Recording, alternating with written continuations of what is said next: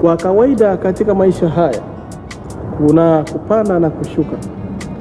Wakati mwingine wajikuta uchini kabisa ndani ya shimo, na hakuna yule ambaye atakaye kuinua ili uweze kuinuka juu.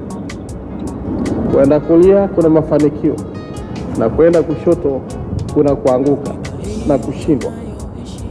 Uamuzi utafanya peke yako, aidha uende upande kwenda upande wa kulia au upande kwenda kulia sehemu ya kushoto.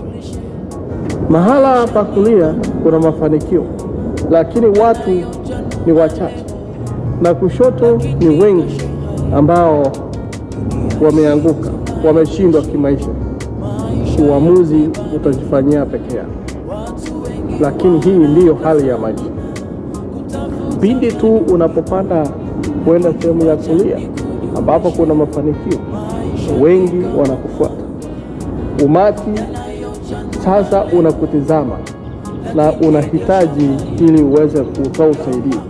Lakini ukiamua kwenda upande wa kushoto ambapo ni kuanguka, utajuta na wengi watakucheka.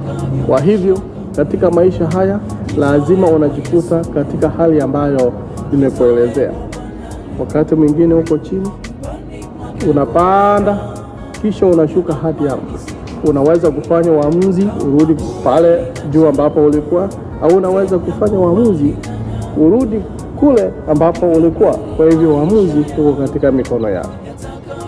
Hadi hapo wakati mwingine tutaendelea na makala haya nitakapokuletea wageni wanaotuelezea ni yapi ambayo watatufanya tukae pale chini, na ni yapi ambayo yatatufanya tuweze kupanda kwenda kushoto, ni yapi yatatufanya tupande kwenda kulia.